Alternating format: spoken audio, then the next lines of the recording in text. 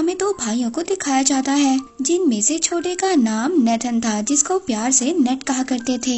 वो दोनों भाई चोरी छुपकर एक म्यूजियम में जाते हैं और वहाँ जाकर एक मैप चुराने की कोशिश करते हैं, पर तभी वहाँ पर दो पुलिस ऑफिसर्स आ जाते हैं और वो उन दोनों भाइयों को पकड़कर एक ऑर्फन हाउस में ले जाते हैं। दरअसल इन दोनों के पेरेंट्स नहीं थे और वो दोनों शुरू से ही ऑर्फन में रहा करते थे, और नेट के बड़े भाई ने इस मैप को चुराने की बहुत बार कोशिश की थी, क्योंकि नेट और उसका भाई पायरेट्स के खानदान से बिलोंग करते थे और वो जो मैप था उसमें बहुत बड़े खजाने का राज छुपा हुआ था।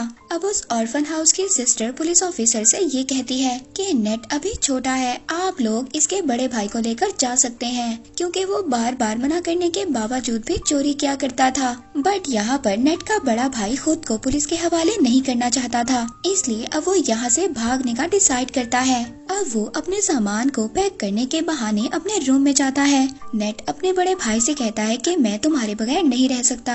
यहाँ पर नेट का बड़ा भाई उसको एक लॉकेट, लाइटर और एक लेटर देता है और ये कहकर वहाँ से चला जाता है कि मैं वापस जरूर आऊँगा। अब नेट अपने बड़े भाई के जाने के बाद जब वो लेटर ओपन करता है और उस पर लाइटर की रोशनी डालता है तो उसको एक मैसेज मिलता है। उस लेटर में ये लिखा था कि याद रखना, हम लोग पायरेट्स फैमिली से बिलोंग करते हैं और हम लोग जरूर मिलेंगे। इसके बाद सीन शिफ्ट होता है और हमें 15 साल बाद का सीन दिखाया जाता है। हम नेट को देखते हैं जो अब बड़ा हो गया था और वो एक बार में काम किया करता था और साथ ही छोटी मोटी चोरी भी किया करता था। जब एक दिन नेट अपने बार में काम कर रहा था तो उसके पास विक्टर नाम का एक आदमी आता है। वो उसे कहता है कि मैं तुम्हें और तुम्हारे भाई को जानता हूँ। वो बताता है कि कुछ टाइम पहले मिलकर हम काम किया करते थे, लेकिन नेट को इस बारे में जानने में कोई भी दिलचस्पी नहीं थी। वो विक्टर से वहाँ से जाने का कहता है, मगर विक्टर जाते जाते उसके लिए एक कार्ड छोड़कर जाता है। उस कार्ड में विक्टर का एड्रेस लिखा हुआ था।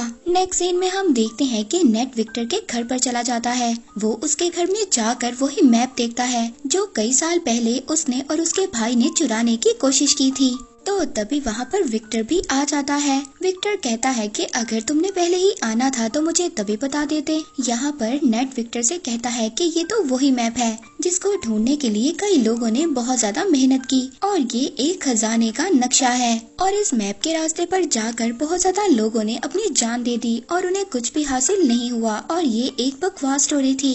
विक्टर नेट से कहता है ये कोई बकवास स्टोरी नहीं है और मैं जानता हूँ तुम्हें और तुम्हारे भाई को इस मैप के बारे में काफी ज्यादा इन्फॉर्मेशन है। फिर इसके बाद विक्टर वहाँ पर नेट को एक बुक दिखाता है और उस बुक में वो एक शिप की तस्वीर दिखाता है। ये शिप कोई आम शिप नहीं है, बल्कि ये कोई बहुत ही पुरानी शिप है और इसकी कीमत 500 करोड़ है। और तो और उस शिप में बहुत ज्यादा खजाना भी छुपा हुआ है जिसको 18 लोगों ने मिलकर वहाँ पर छुपाया था।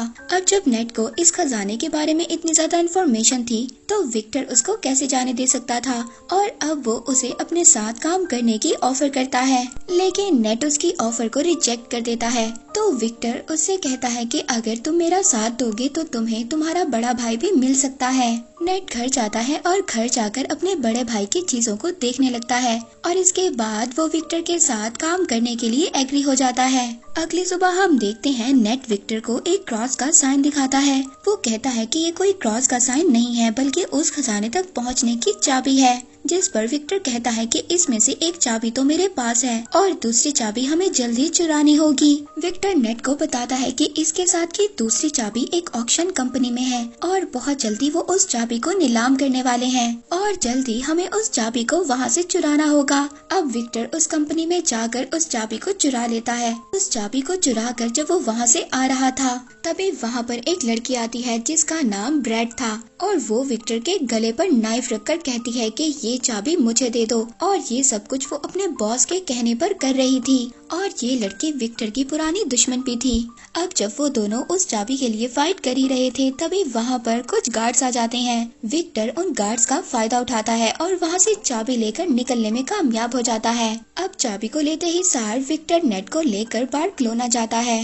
वहाँ पर उनको फ्रेजर नाम की एक लड़की मिलती है। फ्रेजर विक्टर को पहले से ही जानती थी मगर वो नेट को नहीं जानती थी। फ्रेजर विक्टर विक्टर से पूछती है कि ये कौन है। तो विक्टर फ्रेजर से कहता है कि ये तो मेरा पुराना दोस्त है। यहाँ पर नेट को पता चलता है वो दूसरी चाबी विक्टर के पास नहीं बल्कि फ्रेजर के पास है। तो नेट विक्टर से कहता है कि तुमने मुझसे झूठ क्यों बोला। फ्रेजर कहती है कि शायद तुम इसके बारे में सही तरह से नहीं जानते।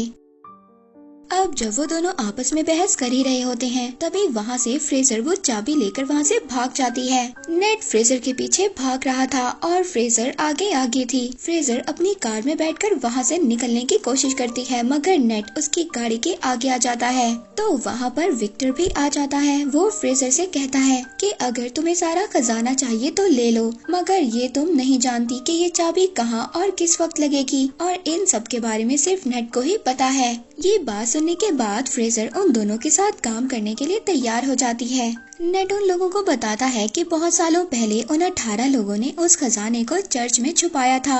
अब वो तीनों चर्च में पहुंच जाते हैं। वहां पर पहुंचने के बाद नेट अपने भाई के दिए हुए कार्ड्स को पढ़ने लगता है जिससे उसे ये बात कंफर्म हो जाती है कि वो सही लोकेशन पर है। अब वो तीनों चोरी छुपकर चर्च के बेसमेंट में पहुंच जाते हैं। वहां पर उनको चाबी लगाने की जगह भी मिल जाती है। वो चाबी की जगह एक स्टैचू के नीचे थी। अब यहाँ पर इनको ये बात नहीं पता थी कि चाबी को किस साइड पर घुमाना है। विक्टर बुक में पढ़ता है और कहता है कि दोनों चाबियों को क्लॉकवाइज घुमाना है। ऐसा करते ही उस स्टैचू में से कुछ एरोस निकलने लगते हैं मगर उन तीनों में से किसी को भी कोई नुकसान नहीं होता। इसके बाद दोबारा से रिस्क लेते हुए नेट और फ्रेजर चाबियों को एंटी क्लॉकवाइज घुमाते हैं जिसके बाद स्टैचू के पीछे से रास्ता निकल आता है। वो रास्ता एक गुफा से होकर जा रहा था।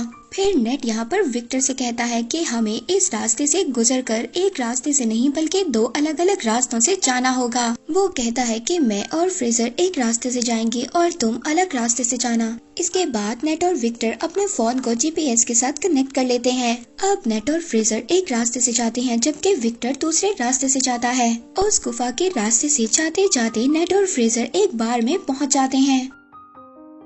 वहाँ पर एक और सीक्रेट रास्ता था जिसके बारे में कोई भी नहीं जानता था। वो लोग उस रास्ते पर जाते इससे पहले वहाँ पर कुछ लोग उन पर अटैक कर देते हैं। नेट वहाँ पर उस आदमी को रोकने के लिए फाइट करता है और फ्रेजर उस रास्ते को ओपन करने की कोशिश करती है। उस दरवाजे के ओपन होते ही नेट और फ्रेजर उस रास्ते से भाग जाते हैं। अंदर जाने के बाद अब उन लोगों को तीसरा दरवाजा नजर आता है जो उसी क्रॉस वाली चाबी से खुल सकता था। फ्रेजर उस दरवाजे को खोलने की जैसे ही कोशिश करती है तो वहाँ पर पानी भरना शुरू हो जाता है क्योंकि उस दरवाजे को खोलने के लिए दूसरे दरवाजे पर चाबी लगाकर पहले उसे खोलना होगा जिसको विक्टर ही खोल सकता था। विक्टर दूसरे साइड वाले दरवाजे को खोलने की कोशिश कर रहा था पर तभी वहाँ पर वही लड़की आ जाती है जिसने पहले भी विक्टर पर अटैक किया था और उन दोनों में जबरदस्त फाइट होने लगती है। दूसरी तरफ नेट और फ्रेजर पानी में फंस गए थे और वहाँ पर बेहोश होने वाले थे। विक्टर उस लड़की को मारकर बेहोश कर देता है और जल्दी से उस दरवाजे में चाबी को लगा देता है।